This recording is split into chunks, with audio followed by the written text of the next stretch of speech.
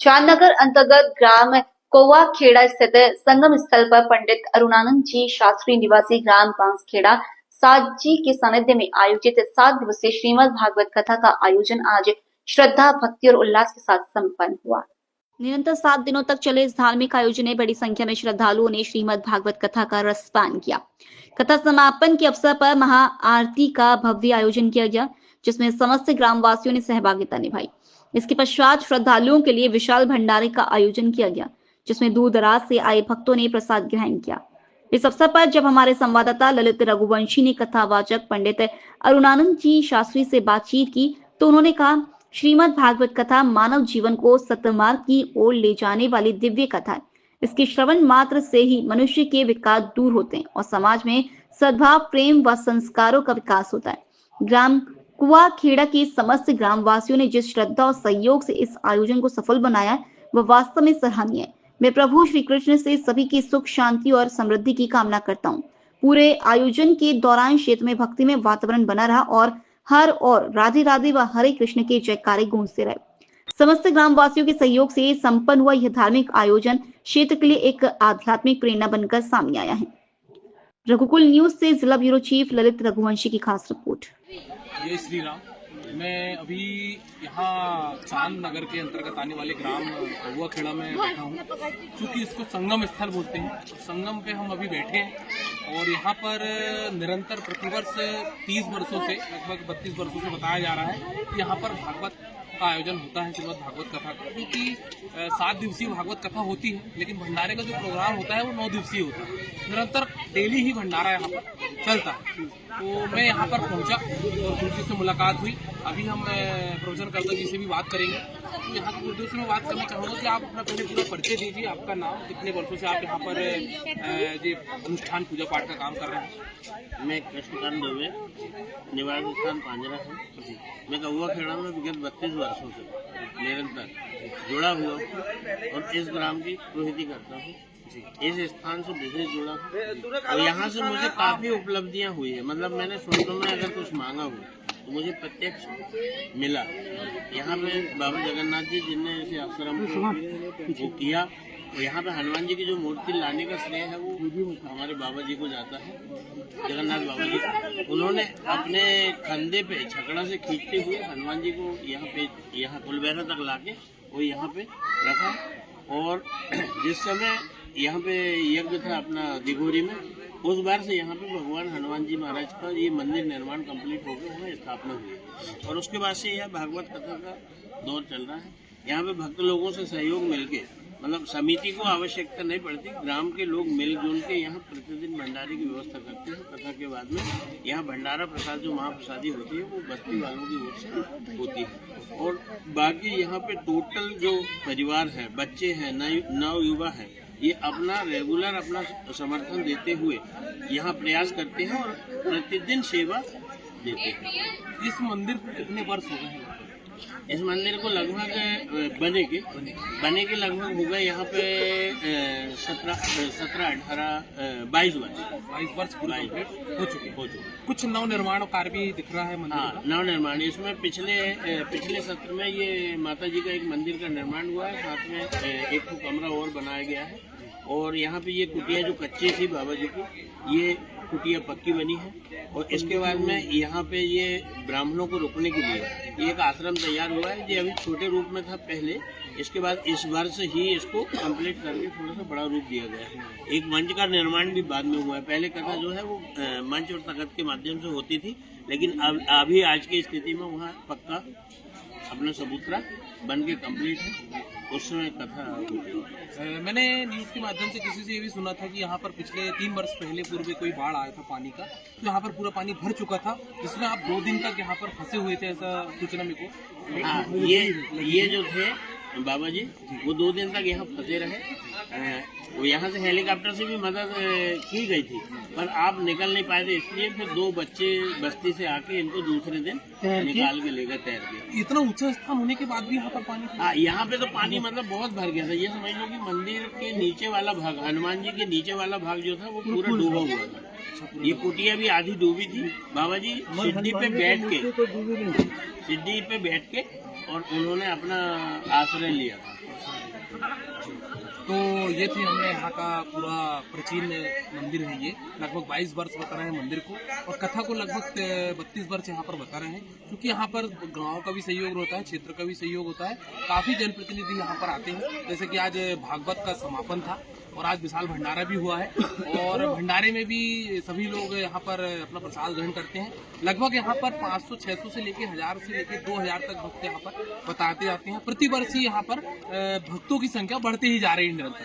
तो आगे मेरा आपका ये कहना है कि धार्मिक आस्था को बढ़ाते हुए ऐसे मंदिरों को आप अपना श्रेय दें, श्रमदान दें, अपना जो भी है अंशदान दें, अन्नदान दें, जो भी आपसे बनता है, क्योंकि धार्मिक अनुष्ठान होते हैं तो इस क्षेत्र में शांति का माहौल, वातावरण बना रहता है। मैं ललित रघुवंशी, रघुकुल न्यूज, इलेक्शन। अभी इस वर्ष भी 2 भक्तों के द्वारा यहाँ सीमेंट की चेयर उपलब्ध कराई गई है। एक शंभू पटेल कौवा खेड़ा और एक मनोज ट्रेडर्स गुमगांव वाले की ओर से अभी आज ही यहाँ पहुँचवाई गई है।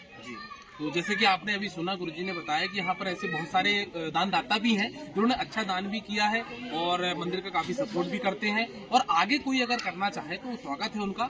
मंदिर समिति उनका स्वागत करती है कि जो भी आप अन्नदान, धन दान जो भी आप देना चाहें, तो आप भगवान आपको उससे बढ़ के देगा। गुरुजी ने जैसा कि बताया, तो मेरा निवेदन है कि आप यहाँ पर जरूर आए, इस मंदिर का दर्शन जरूर करें और यहाँ की महत्वता को जाने।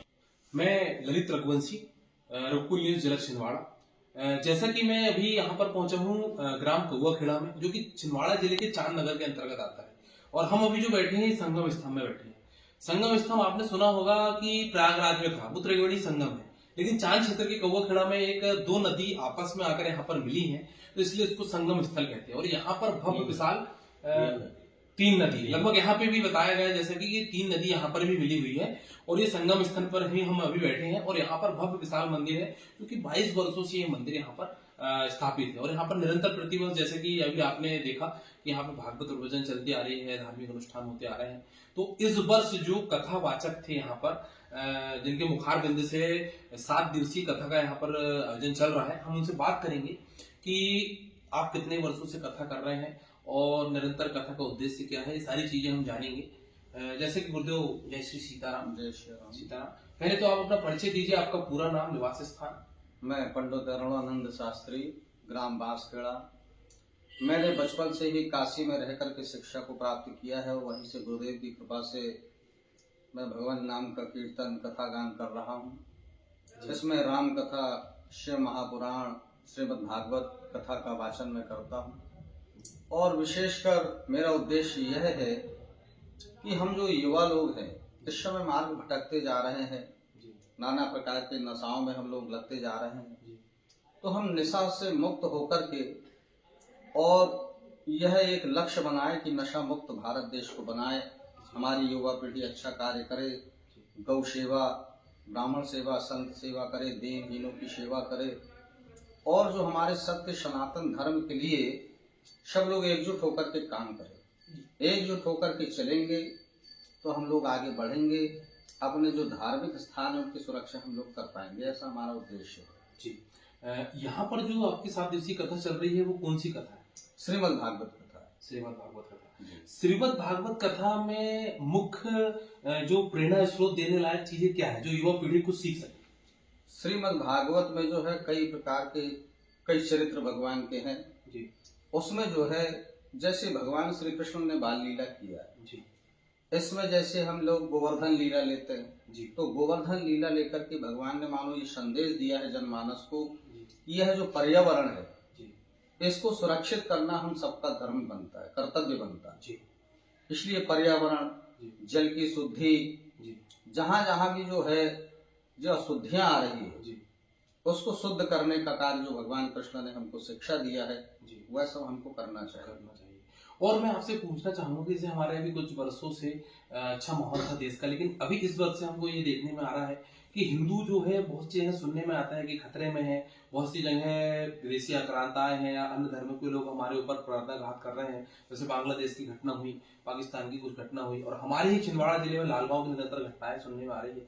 तो इससे आप क्या कहना चाहिए कि धर्म के प्रति हमारे प्रति लोग ऐसे क्यों लगे हुए हैं, और उनको क्या करना चाहिए धर्म को मजबूत करने के लिए?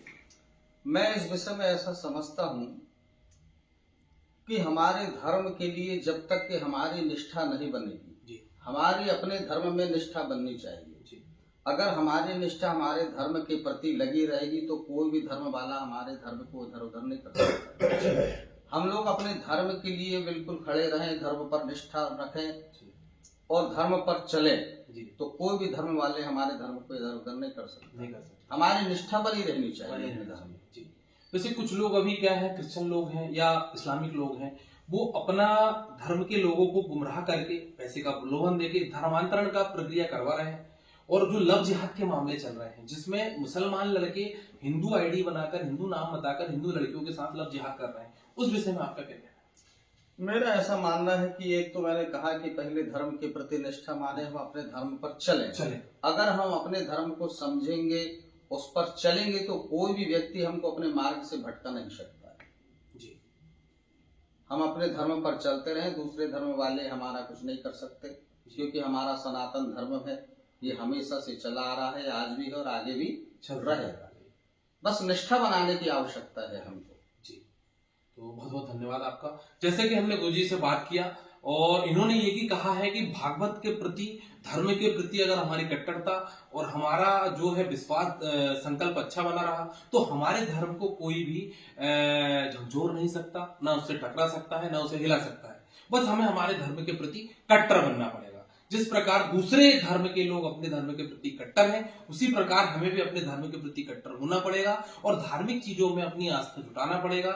आज की युवा पीढ़ी को उन्होंने संदेश दिया कि वो गलत राह में भटक रहे हैं, नशे की राह में भटक रहे हैं, मोबाइल का दौर है, टीवी का दौर है, तो इससे निकलकर अगर आप धार्मिक क्षेत्र में आते हैं तो इससे हमारा धर्म भी मजबूत होगा, आपकी अलौकिक शक्ति भी बनी रहेगी और आप अपने आगे जो कार्य है उसमें सफल रहेंगे। तो इसीलिए उनका एक सीधा संदेश है कि धर्म के प्रति आप जितने ज्यादा कट्टर रहेंगे, धर्म के प्रति जितनी आपकी आस्था रहेगी, इससे आपका वैभव, देश का वैभव, समाज का वैभव और आपकी संपन्नता, आपका विकास, सारी चीज बनी रहेगी। मैं ललित रघुवंशी, रघुकुल न्यूज दक्षिण।